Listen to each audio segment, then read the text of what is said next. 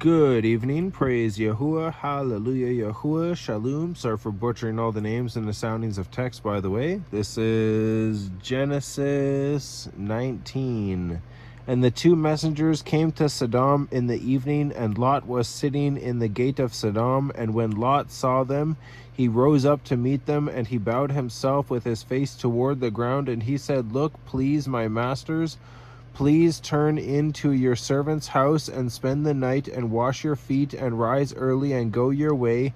And they said, "No, but let us spend the night in the open square," which would have been the biggest mistake of their lives. But he urged them strongly, and they turned into him and came into his house, and he made them a feast and baked unleavened bread, and they ate before they lay down. The men of the city, the men of Sedom, which, by the way, Sedom and Amorah is still mounds of sulfur today. But they lay down, before they lay down, the men of the city, the men of Sedom, both old and young, all the people from every part surrounded the house. And they called to Lot and said to him, "Where are the men who came to you tonight? Bring them out to us and let us know them." They wanted to rape them.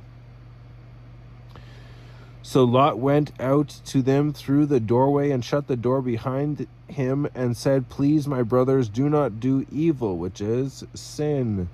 "Look, please, I have two daughters who have not known a man. Please let me bring them out to you and do to them as you wish. Only do no deed to these men, because they have come under the shadow of my roof." But they said, "Stand back." And they said, "This one came into sojourn, and should he always judge?" And what did he judge with? He judged with the Torah of Yahuah. "Now we are going to treat you worse than them." So they pressed hard against the man Lot and came near to break down the door. But the men reached out their hands and pulled Lot into the house with them and shut the door. Then they struck the men who were at the doorway of the house with blindness, both small and great, and they wearied themselves to find the door. And the men said to Lot, "Have you anyone else here, a son-in-law, and your sons and your daughters, and whomever you have in the city? Bring them out of this place, for we are going to destroy this place, because the cry against them has grown great before the face of Yahuah, and Yahuah has sent us to destroy it."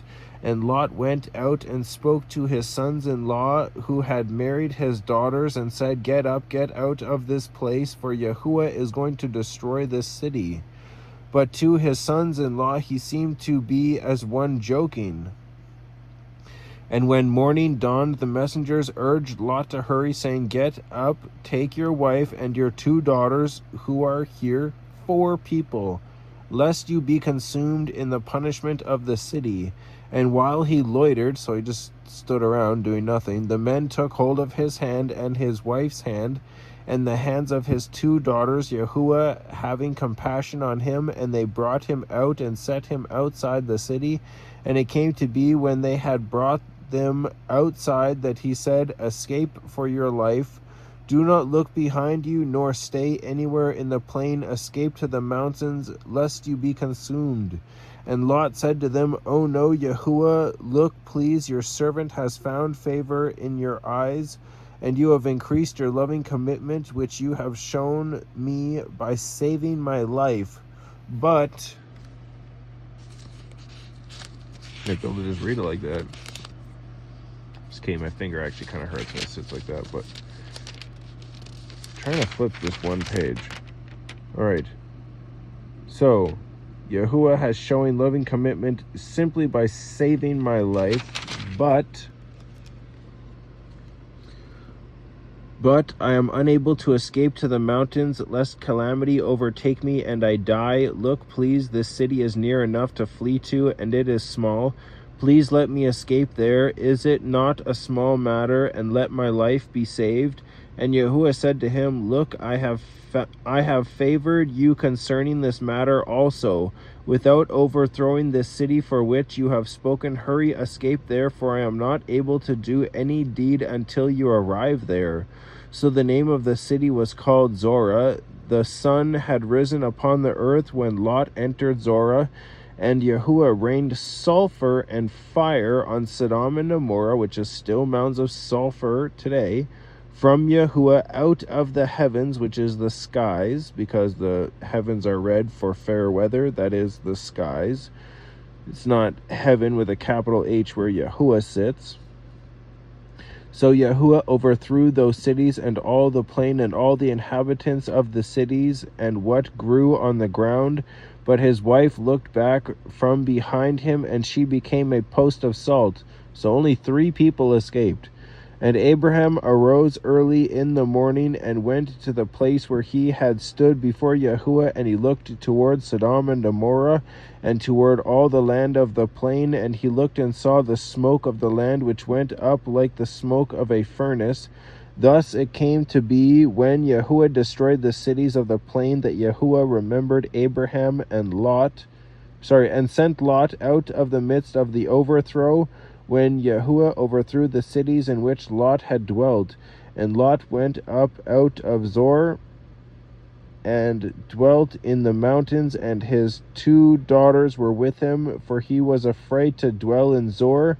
And again, not asking Yahuah, we went ahead and did our own thing.